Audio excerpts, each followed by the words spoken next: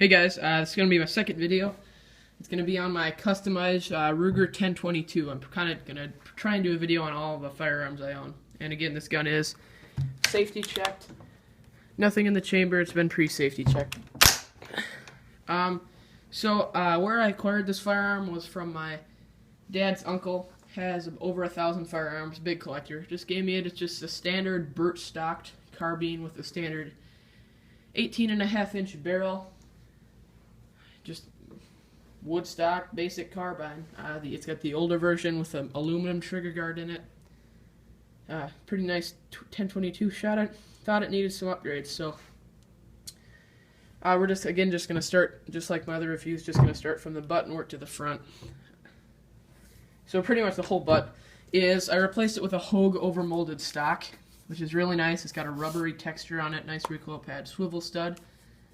It has thumb swells right there, Hogue logo.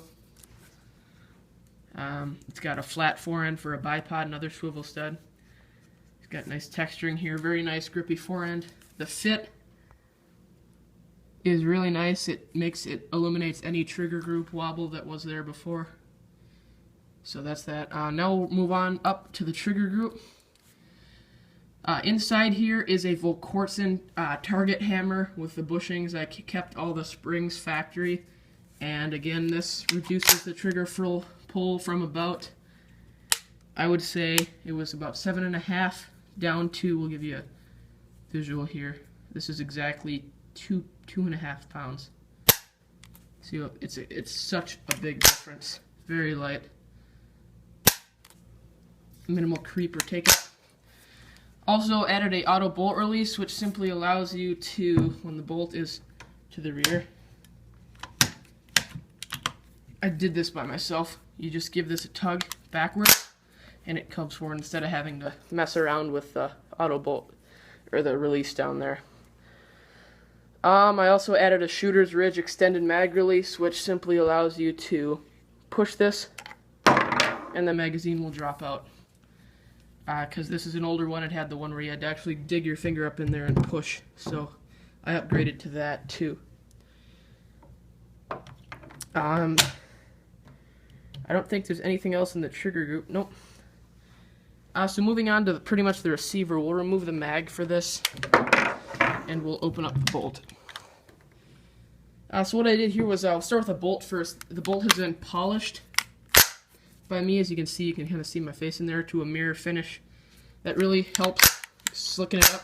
Very smooth bolt. I've also added the Kid cocking assembly, which is a precision ground stainless guide rod with a extended stainless steel handle with a rubber coating.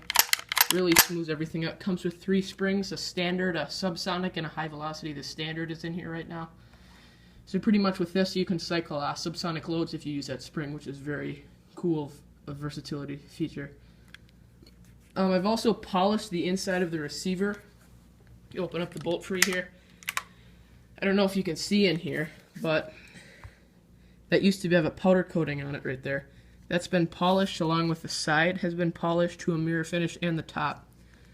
The polish of the bolt combined with the Kid cocking assembly and the polishing of the inside receiver has made this bolt, extremely smooth. Like, it's like glass. It's so smooth. I've also just added a Picatinny rail instead of the factory Ruger. This is by Weaver. It's Picatinny. It allows more mounting options, and it just looks cooler. These are Weaver quad lock rings. Very nice aluminum rings, perfect for a 22, and they hold. This is the extended ring version. Just gives you more mounting options, and in my opinion looks cooler. Holding a Nikon Pro Staff 3 to 9x40 scope with the BDC 150 reticle, and I'll try and give you guys a view of what that looks like. I don't know if you can see that, but there's going to be 4 circles in there. There's going to be an actual crosshair, then 4 other circles. What you do is you go on a Nikon website, you type in what kind of ammo you're using. For me, it's CCI Mini Mags, round nose, 40 grain. And you type in your distance it's zeroed at, so this is again zeroed at 50 yards by me. And then it prints you off a chart that tells you the holdover for each circle. For me, the crosshair is dead on at 50 yards, which is what I sighted in for, obviously. Using that, the second circle down, if you can see that, is exactly 101 yards. So what I can do is I can go and hold that second circle down at a pop can at 100 yards, and I can hit it every time, along with the 50 yards. So that's all I need. And then I think the fourth one is like 184 or something, I don't know. I pretty much only needed 100 and 150 though. Or I mean 50 and 100. Let that focus there. So very cool. Fully multi-coated optics, rubberized coating. It's got 3 to 9 power adjustability, a return to zero turrets, completely waterproof. Nikon makes the best scopes, budget scopes in my opinion. Awesome. Very clear. Moving on to the barrel. This is an ER Shaw 18-inch bull barrel. This replaced the factory barrel. It's got a blued finish to it. It has a dish-style target crown, if you can see that. Button rifled, again, increases accuracy a lot. It does add a little bit of weight, and with that, you're going to have a steel barrel pulling down on a aluminum receiver, which can cause barrel droop over time. So what you have to do is you have to get a V-block. I have a Tactical Solutions V-block right here holding in this heavy barrel, and that just pushes up on the barrel with more force than the factory V-block, preventing any future barrel droop, which is a big thing for me, so I never have to mess with that.